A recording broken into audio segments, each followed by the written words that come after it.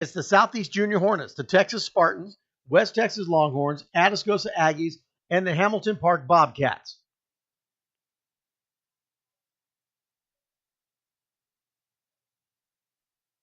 They just need one more win to get in. Needing 2 wins to get into the playoffs.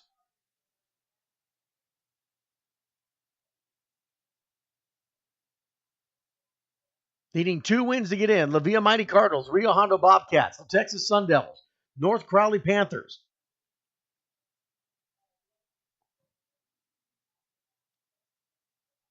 These teams need to win out. These teams need to win out the remainder of their games on their schedule in order to get in. That's even if they got makeup games. They have to win out. Odessa Junior Broncos, New Era Indians, Irving Ballas, Fighting Ducks, and the Texas Storm.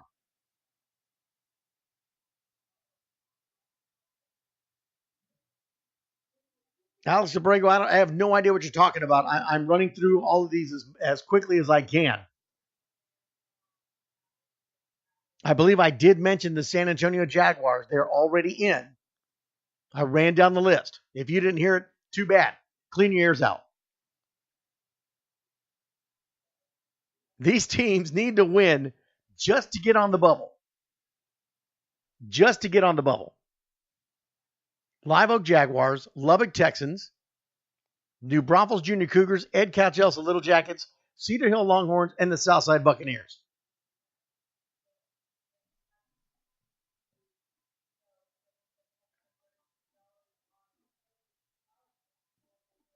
And then when you look at the junior division,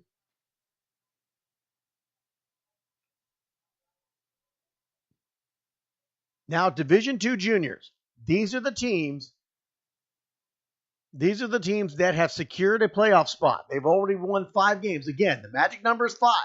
5 wins and you're in. I am feisty today. 5 wins and you're in. That is the magic number. These are the teams that have already secured their playoff spot with 5 or more wins. At number 1, the Odessa Junior Broncos, and they have yet to be scored on.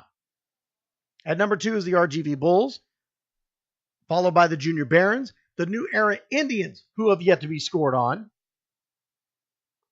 Texas Spartans, Fighting Ducks, the West Texas Longhorns, Live Oak Jaguars, Hamilton Park Bobcats, and the Atascosa Aggies.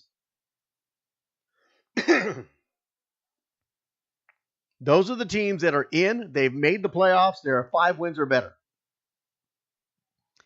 These teams are in the hunt. They need 1 win. 1 win in order to get into the playoffs. The Irving Ballas, Hidalgo Buccaneers, and the Lubbock Texans. Just needing 1 win to get in.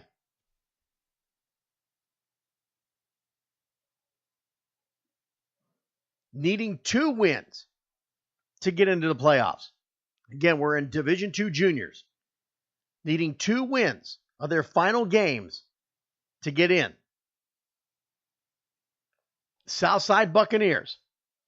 Southside Buccaneers need 3 wins of their final 5 games. They got a bunch of makeup games to do. They better get these games in quick.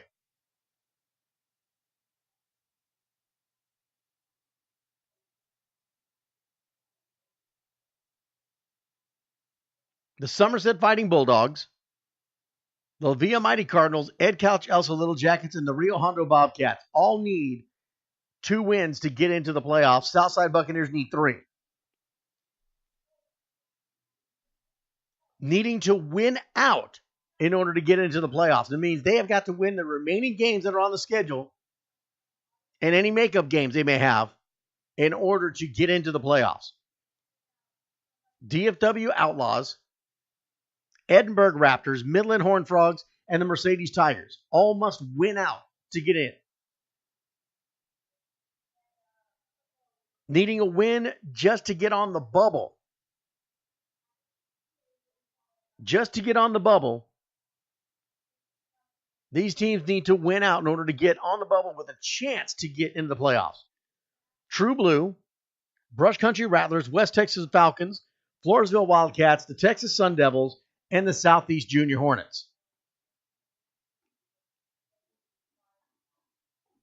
So that's what the Division II playoff picture is looking like right now. That's what that's looking like right now. So I saw a lot of people, throwing some questions and what have you in there. So now, if you got any questions, that's fine. You can question all you want. I had some people already mentioned, well, we had a makeup game. We're already in. Well, it hasn't been reported. And if it got reported, it got reported late, because I've been looking at the standings all the way up until this afternoon. All the way into this afternoon. This is something that I had a conversation with Taifa about, and it's been a problem all year. And that is getting the scores in on a timely basis. You're actually supposed to report these things by Sunday evening. By Sunday evening, that report's supposed to be sent in. So if you're one of those waiting until Monday, Tuesday, and as late as Wednesday to report your scores, if the standings aren't up to date, that's on you. That is on you. Take that to the bank. 8:22, 22 minutes after 8 o'clock. And Martin Hernandez talking about the best tacos. We put a Twitter poll out there, and I even redid it. I even redid the poll and extended it for 5 days to give everybody time. Because I heard a lot of people out of the RGV complaining, as usual. Oh, this ain't right. This is fake news. I saw all the little comments that were being made. And that's all good. Say what you want. Bottom line is, it's kind of like the polls. Going to vote. You got early voting going on right now. If you don't vote, then you got nothing to complain about. If you can't take the time to go and vote, then what is your complaint about?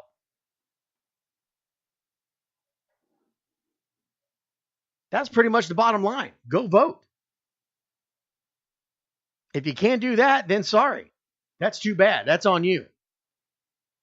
So like I said, I ran it twice. When I ran it earlier, we got a total of 25 votes. Correction, I'm sorry. The total of 11 votes. I'm looking at the other poll that I did. 11 votes came in. And 73% of those votes said San Antonio had the best tacos. Only 27% for the Rio Grande, for the RGV. So I tried to be nice, and I went and did it again. And I let it actually still even has 14 hours left for you to go on and vote on the Twitter page at Taifa Radio. And right now there's been 11 votes, and this one says 91% say San Antonio has the best tacos. 9% only for the RGV. So once again, the RGV, you had a chance to go vote. So clearly, out of the votes, everybody believes that San Antonio has the best tacos. And that's what I got to go by. So if you didn't go vote, that's on you, dude. It's on you. It's on you, RGV. It's on you. The other poll that we ran, this one had 25 votes on it. And the question was, should Taifa Radio call out teams that forfeit games and come on Taifa Radio to explain why they forfeited? And that was pretty much overwhelmingly 88% said yes. We should call them out. And, probably the first one that I would probably want to call out that I heard about, it was all over social media. And that was the 12U Del Valley Ducks and the Austin Steelers. I don't know what happened. I'm not even going to pretend to know what happened. Supposedly, it was discussed, it was agreed, then it wasn't agreed, and it's been a back and forth. It might as well be a badminton It might have been hitting the shuttlecock. Yeah, I said shuttlecock. Because that's what this sounds like is going on between these two organizations. Bottom line is, the way I understand it, when the games were scheduled to be played,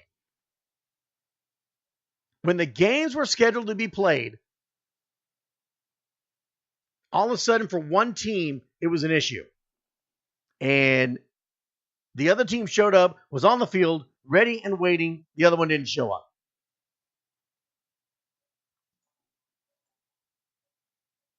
That's all I know.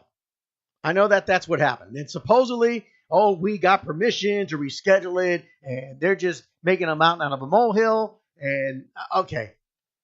Then I hear that the reason why it had to be rescheduled is because the head coach couldn't show up because he had to work. Now, I don't know about y'all. I don't know everybody else that coaches in Taifa. I've coached in Taifa for many years. And somebody's already saying it. Head coach can't make it, another coach steps up. And that's where my question comes in. Okay, I get it. You got to work. It happens. Whether you work for the man, whether you work for the government, whether you work for yourself. You got to work. You got to work. And if you can't make it to a volunteer coaching a youth football game, I mean, unless you're the only coach on the sidelines, and I have yet to be to a Taifa football game where there's only one coach on the sidelines. Sometimes I wonder if there's more coaches on the sideline than there are kids sitting on the bench.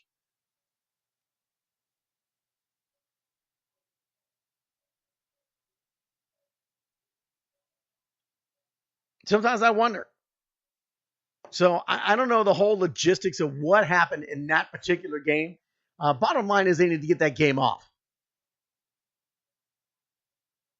They need to get that game off.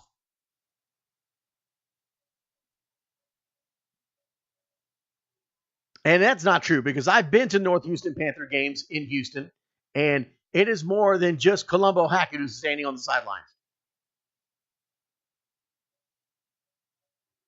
That is not true, Ricky. That is not true. I have been to their game. Colombo is not the only coach on the sidelines. Now, if that's changed, that has changed since they left Taifa.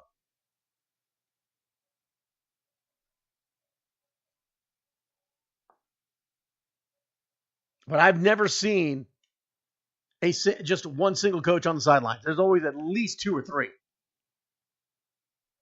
And 9 times out of 10, everybody wants to make sure they're right at the max limit of allowable people on the sidelines.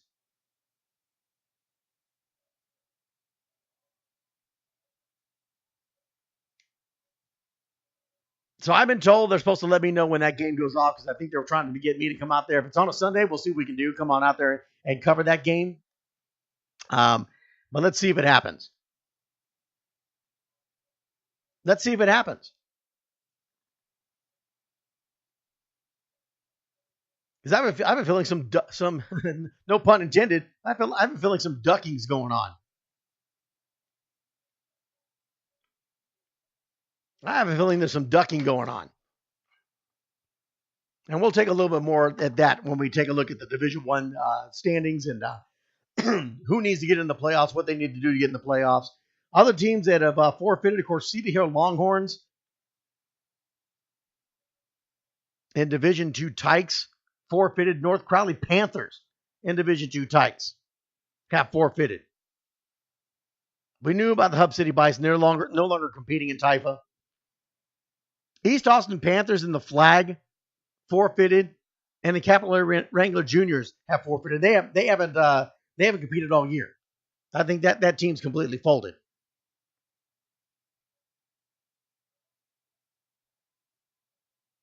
I think it's the same usual suspects.